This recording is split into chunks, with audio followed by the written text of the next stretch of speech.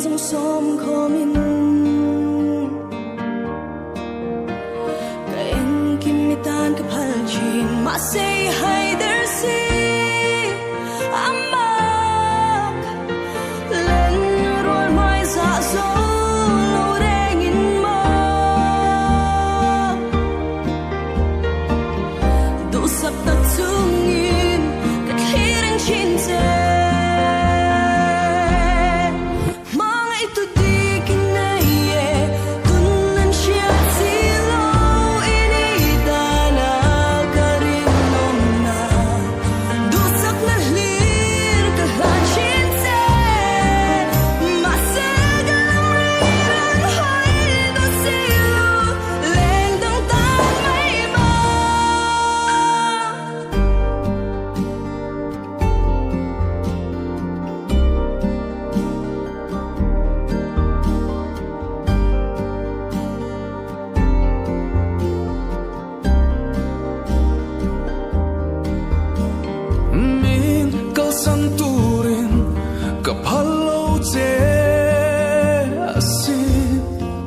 Mintilim tu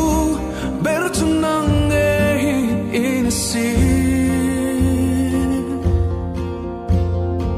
Kikatana inana bertu ini